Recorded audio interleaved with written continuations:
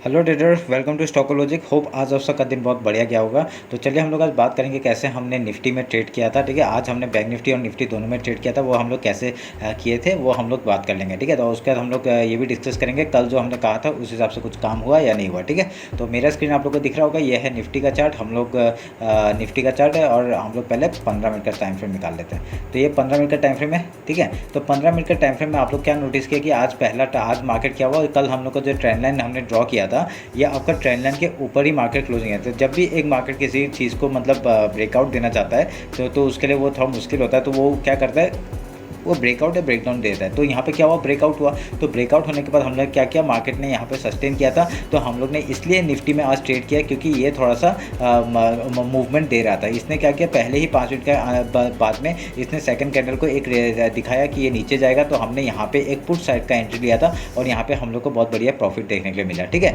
तो हमने ये बात भी कहा था कि कल ये जो अपने रेक्टेंगल बॉक्स दिख रहा होगा, ये रेक्टेंगल बॉक्स मैंने ड्रॉ करके रखा था कि मैंने कहा था अगर यहाँ पे आता है तो यहाँ पे बाइंग जोन होगा और ये एज ए सपोर्ट एक्ट करेगा। तो मार्केट ने यहाँ पे क्या हुआ, 5 मिनट कैंडल यहाँ पे क्लोजिंग दिया, पर इसके ऊपर ही मार्केट क्लोजिंग हुआ और यहाँ पे एक बाइंग प्रेशर आया। ठीक है, तो ये बाइंग प्रेशर में मैंने क्या कहा था, मैंने ये आपको अपडेट किया था कि ये एक रेक्टेंगल बॉक्स मैंने बना के दिया था। ठीक है, ये रेक्टेंगल बॉक्स में मैंने कहा था कि अगर इसके ऊपर मार्केट जाता है तो हम लोग यहाँ बाय करेंगे, पहला टारगेट हमका टॉप, फिर उसके बाद ऊपर के लिए ट्रेड करेंगे। तो यहाँ पे क्या हुआ, मार्केट ने इसने ब्रेकआउट दिया पर इतना बढ़िया मूवमेंट नहीं मिला। ठीक है, तो हमने एंट्री तो बनाई थी, इतना बढ़िया मूवमेंट नहीं आया। एक बार फिर से रिटेस्ट हुआ, फिर एक अच्छा मूवमेंट मिला था हमें। तो हमने इसमें कुछ स्कैल्पिंग किए थे यहाँ पे और फिर उसका सेकंड स्कैल्पिंग यहाँ पे किया था। ठीक है, आज हमने बस यही ट्रेड किया और कोई हमको ट्रेड मिला नहीं, तो हमने कोई ट्रेड बनाया नहीं। ठीक है, तो ये रहा आज का दिन जो हम लोग का बहुत ही मतलब ज़्यादा पॉइंट्स हमने बनाया नहीं क्योंकि इतने से मार्केट वॉलेटाइल था, तो हमने अच्छे पॉइंट्स बनाए थे। तो ये हम लोग का आज का पॉइंट थोड़े कम बने। ठीक है,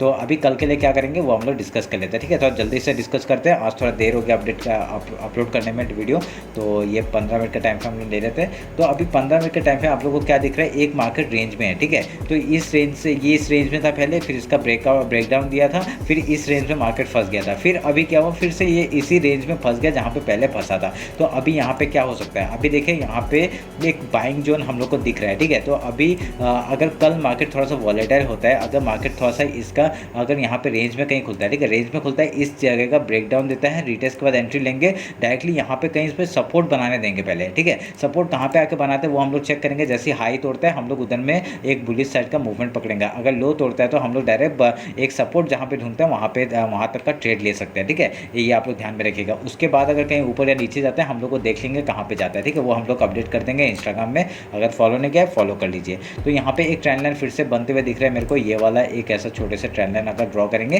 तो ये हम लोग को दिख रहा है। ठीक है, अगर कल गैप अप ओपन होता है, अगर सोच लिया गैप अप ओपन हुआ तो पहले क्या करेगा, एक रेजिस्टेंस ढूंढने का कोशिश करेगा, ये जगह एक रेजिस्टेंस का काम कर सकता है। फिर अगर 5 मिनट का कैंडल क्या करेगा, पहले अगर 5 मिनट का कैंडल नीचे आता है तो पहले गैप फिल करने का सोचेगा, उसके बाद यहाँ पे सपोर्ट बनाने का कोशिश करेगा। अगर सपोर्ट बना के वो अगर अपना हाई तोड़ता है तो हम लोग फिर से ऊपर साइड का मूवमेंट ले सकते हैं। अगर लो तोड़ता है तो हम लोग डाउन साइड का मूवमेंट कहाँ तक देख सकते हैं, आपका 18,524 तक का लेवल हम लोग दे सकते हैं निफ्टी में। ठीक है, तो नीचे का लेवल बता देता हूँ, ये एक लेवल है 18,525, उसका ये जो फिर से लो है एक 18,478, उसके बाद डायरेक्टली यहाँ तक का टारगेट है 18,434 पर। यहाँ पे आते आते एक ट्रेंड लाइन और ये ट्रेंड लाइन का और ये सपोर्ट का एक सपोर्ट यहाँ से ले सकता है मार्केट। ठीक है, वो ध्यान में रख के हम लोग काम करेंगे। ऊपर साइड कब हम लोग ट्रेड करेंगे, अगर आपको एक अच्छे मतलब आपका बढ़िया ट्रेड लेना है तो आप लोग को मेरे हिसाब से मैं क्या कहूँगा, इसके ऊपर मार्केट जब क्लोजिंग देगा, ठीक है, इस का आपका इस रेंज के ऊपर जब मार्केट क्लोजिंग देगा,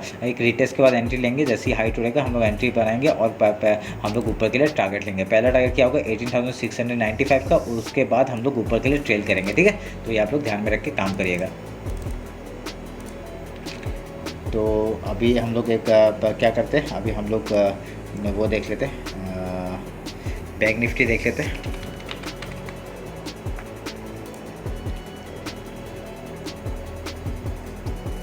बैंक निफ्टी का भी सेम आपका पैटर्न के ऊपर क्लोजिंग दिया, मतलब ऊपर गया और ये आप अपने लो में आके क्लोजिंग दिया, ठीक है। तो अभी अगर कल मार्केट अगर डायरेक्टली ओपन होता है ऊपर साइड में, अगर गैप ओपन होता है तो पहला रेजिस्टेंस आपका यहाँ से फेस कर सकता है, ठीक है।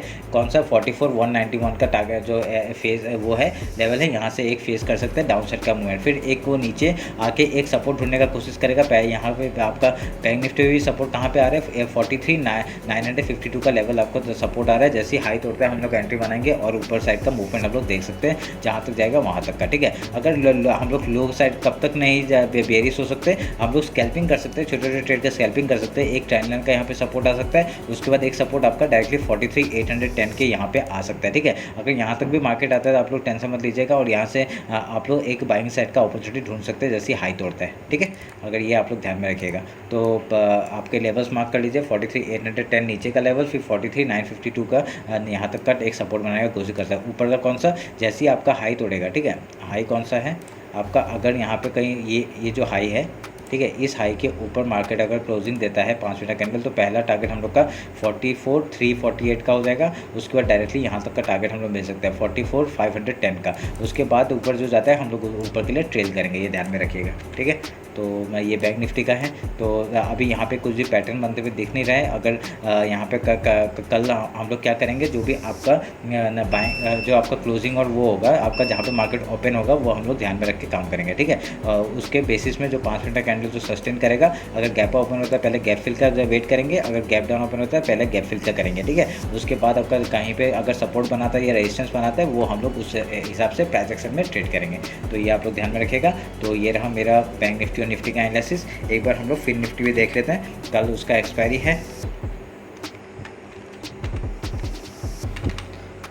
तो उसका एक्सपायरी का हम लोग देख लेते हैं। उसका भी सेम ही होगा मेरे हिसाब से, क्योंकि आपका बैंक निफ्टी के हिसाब से ही काम करता है वो भी। तो मैं ये डिलीट करता हूँ, ठीक है, इतना ज़रूरत नहीं है हमें। आप लोग अभी क्या कर सकते हैं, अभी हम लोग एक बार इसका हाई लो मार्क कर लेंगे, ठीक है।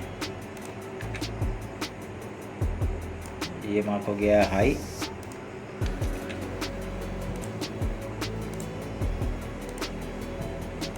और ये मार्क हो गया लो। तो हम लोग का ये ऊपर का ये हाई और लो हम लोग का इंपॉर्टेंट जोन हो जाता है। अगर मार्केट यहाँ से नीचे आता है तो नीचे कहाँ तक आ सकता है, नीचे यहाँ तक का मार्केट हम लोग को डाउन साइड मूवमेंट दिखा सकता है।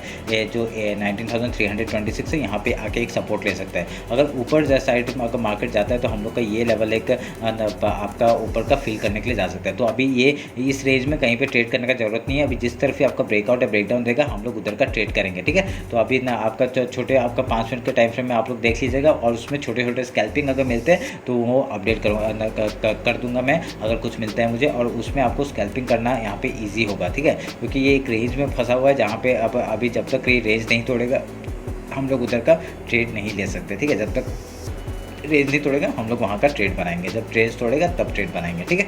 तो ये आप लोग ध्यान में रखिएगा। तो ये रहा मेरा बैंक निफ्टी, निफ्टी और फिन निफ्टी का एनालिसिस। होप आप लोगों को अच्छा लगा होगा। कुछ भी डाउट हो तो मेरे को कमेंट से बताइए। अगर मैं जितना हो सके उतना अच्छे से उसको सॉल्व करने का कोशिश करूँगा, ठीक है। तो चलिए फिर मिलते हैं कल मार्केट क्लोजिंग के बाद। चलिए, थैंक यू।